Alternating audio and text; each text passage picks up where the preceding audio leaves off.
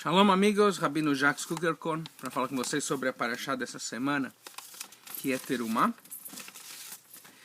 Civilização ocidental, como nós a conhecemos, é complicada. Por que ela é complicada? Por vários motivos. Entre eles, eu creio que ela tem suas raízes, seu embasamento, tanto em Atenas como em Jerusalém.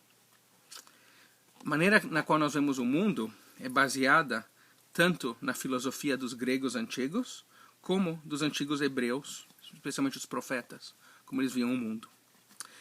O pensamento ocidental combina essas duas perspectivas, essas duas visões muito diferentes do mundo, para nos dar uma visão consistente sobre Deus e sobre a humanidade. Para os gregos, Deus era uma força impessoal. Platão via Deus como o bem, como a forma por trás de todas as formas. Aristóteles via Deus como o movedor imóvel. Ele era capaz de mover as coisas sem ser movido. E um agente por trás de toda causa. Nenhum deles, Platão ou Aristóteles, percebia Deus, achava que tinha um Deus que você podia rezar para ele, que você podia discutir, que você podia encontrar uma relação pessoal. Para os gregos, Deus não era uma pessoa, mas era uma força impessoal. Os gregos tinham uma visão do mundo que era cerebral, mas não, que atendia teu cérebro, mas não teu coração. Para os hebreus era o contrário. Na Bíblia, Deus é uma pessoa. Deus tem uma vontade e ele tem relações uma relação pessoal com os indivíduos. Abrão discute com Deus sobre Sodoma e Gomorra. Moisés vê a Deus na montanha e desce um homem mudado.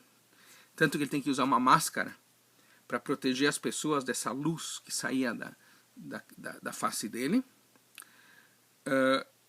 Os grandes profetas, como Isaías, Jeremias e Amós, encontram Deus como uma pessoa e uma relação pessoal, e depois falam palavras muito apaixonadas em nome de Deus, muito sentidas. Esse é um Deus que toca o nosso coração. Posteriormente, pensadores judeus, cristãos, muçulmanos vão combinar esses dois elementos, esse Deus impessoal grego com esse Deus pessoal da Bíblia, esse Deus cercano às pessoas. Deus é o movedor imóvel, mas também Deus você pode encontrar Deus, por exemplo, na oração. Combinando essas duas perspectivas muito diferentes de Deus, nem sempre funciona muito bem. Mas dessa tentativa de combinar, de reconciliar ambas ideias, se origina a nossa concepção ocidental de Deus. Uma que é atrativa tanto para o cérebro como para o coração. Se Deus é uma pessoa, né, alguém que você pode se relacionar e não somente uma força, onde nós o encontramos?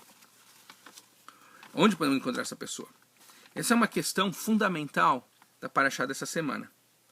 Nessa semana e nas semanas que vão vir,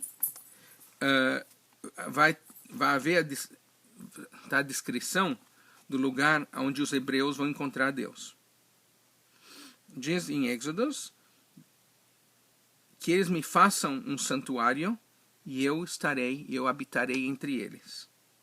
Em hebraico é Mishkan. Mishkan, literalmente, um lugar para viver. Daí, por exemplo, em hebraico, a raiz, né, vem Shachen, é o vizinho, e uma palavra que várias pessoas que conhecem a Kabbalah estão acostumadas, que é Shekhinah, que é o nome místico feminino de Deus, vem dessa raiz, né, em relação com Deus, Shekhinah. Em português nós vemos santuário. Os israelitas então têm que construir esse santuário para ser um lugar para encontrar Deus. Interessante, porém, que o texto bíblico não diz: construam para mim um santuário e eu vou morar nele, diz, construam para mim um santuário e eu vou morar entre eles, entre os israelitas. Eu já vou chegar a esse ponto. Depois, esse tabernáculo vai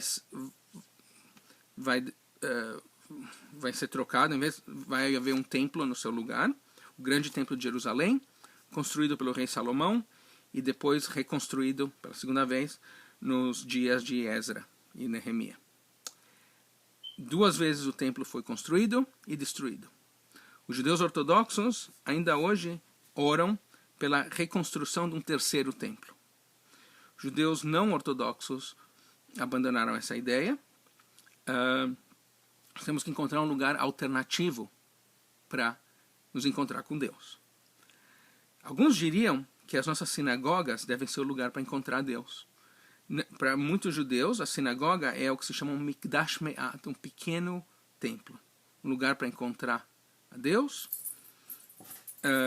Não é incomum na sinagoga as pessoas virem fora de horário de oração e se sentarem no santuário, no lugar onde se reza, ficar lá em silêncio, tentando rezar e encontrar com Deus. E eu acho que cada comunidade que se constrói, que existe, tem que se perguntar, será que nós construímos um lugar para criar Deus?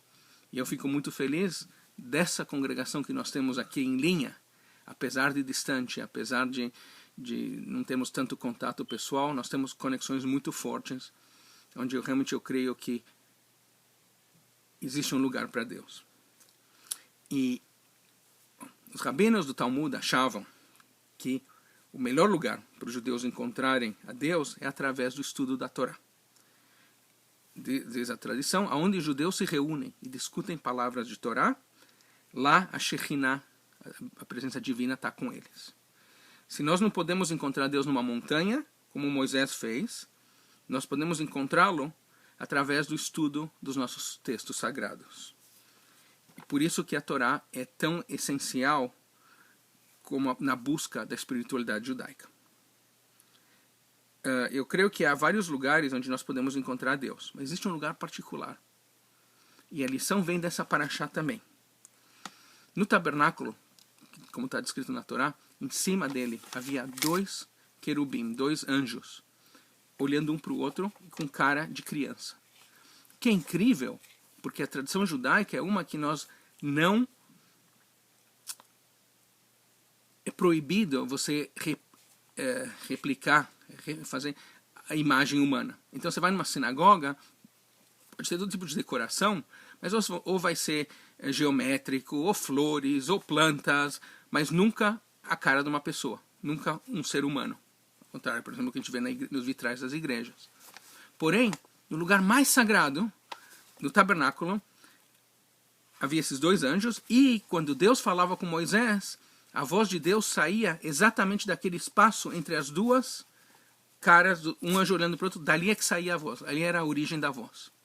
Como pode ser isso? Que, por um lado, a nossa tradição é contra mostrar, recriar um ser humano, por outro lado, exatamente daí, acho que para nos ensinar que Deus realmente existe entre quando 2 pessoas se relacionam cara a cara.